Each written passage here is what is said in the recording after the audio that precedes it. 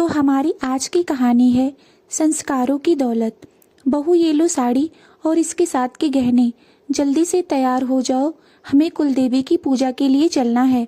रीता जी कमरे से बाहर आई तो उनकी बेटी बोली, माँ यह तो आपकी साड़ी है ना। रीता जी ने उसे चुप रहने का इशारा करते हुए कहा, तो क्या हुआ, इतने सालों से ऐसे ही पड़ी थी तो इसे दे दी, उसे कौन सा नए पुराने की परख होगी। दिखने में तो वह साड़ी बहुत सुंदर लग रही थी, लेकिन उसमें लगे गोटे और सितारे पूजा को चुभ रहे थे। पूजा उसे पहनकर बहुत असहज महसूस कर रही थी, तो पूजा ने दबे स्वर में कहा, माँ जी यह साड़ी तो बहुत भारी है, मुझसे संभल नहीं रही। रीता जी ने मुंह बनाते हुए झट से बोली, हाँ हाँ, मुझे तो पहले ही पता था कि अपने माँ बाप के घर में कभी इतने भारी कपड़े नहीं देखे होंगे।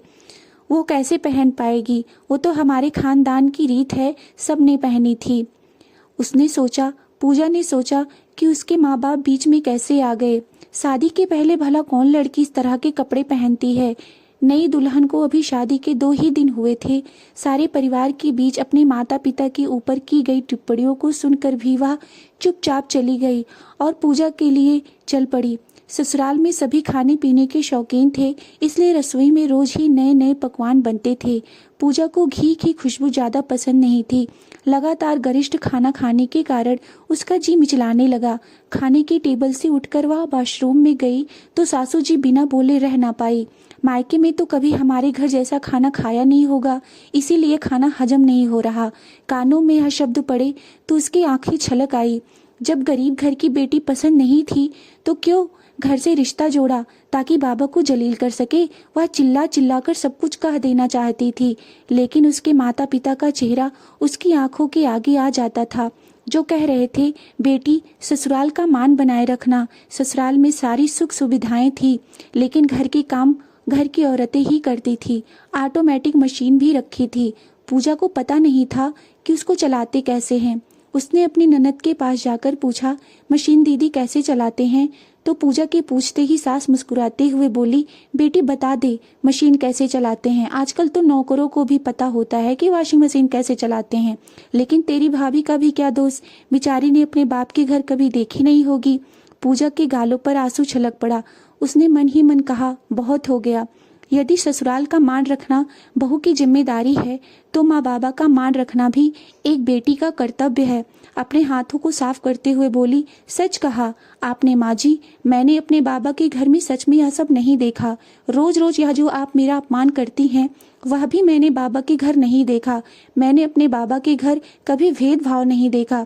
यहाँ जो मेरे साथ होता है वह भले ही रोज रोज पकवान ना बनते हों, लेकिन प्यार और सम्मान बहुत था। और सच पूछिए तो हाँ, सादा खाना भी आपके यहाँ के 56 भोग से अच्छा था, क्योंकि वह मुझे सम्मान और अपनेपन से मिलता था।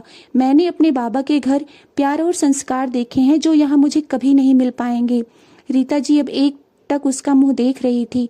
तभी अविनाश उनकी बहस सुनकर हाथ में बैसाखी लिए वहां आ गया।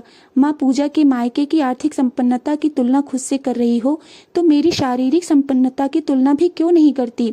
इसके माता पिता ने संस्कारों की दौलत दी है, तभी तो शारीरिक रूप से फिट होने पर भी यह मुझे और आपको पूरा मान सम्मान दे रही है। पूजा ने आगे बढ़कर अविनाश के मुंह पर हाथ रख लिया। नहीं नहीं, प्लीज आप खुद को दोष मत दीजिए। आपके साथ दुर्घटना हुई, किसी के साथ भी हो सकती है।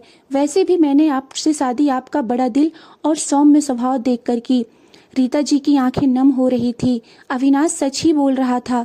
इतनी दौलत होने के बावजूद भी एक पैर में कमी हो जाने के कारण किसी अमीर घराने की लड़की उससे शादी करने को तैयार नहीं थी।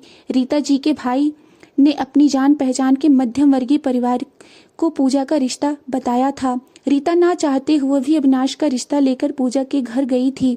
अविनाश फिर बोला, माँ, घर की बहू तो खुद ही गृह लक्ष्मी होती है, इसलिए आपसे विनती है कि आप इसका भी बाकी सदस्यों की तरह सम्मान करें। रीता जी ने पूजा से माफी मांगते हुए कहा, मुझे माफ कर दो। जिसे मैं हर दिन अपमानित करती हूँ उसने मेरे बेटे का मान बढ़ाया है। रीता जी ने पूजा को गले लगा लिया। दोनों की आंखों से अश्रुधारा बह रही थी। तो दोस्तों, कहानी कैसी लगी हमें कमेंट में जरूर बताएं। कहानी अच्छी लगी हो तो वीडियो को लाइक करें, चैनल को सब्सक्राइब करें। वीडियो को अंत तक देखने के लिए शुक्रिया।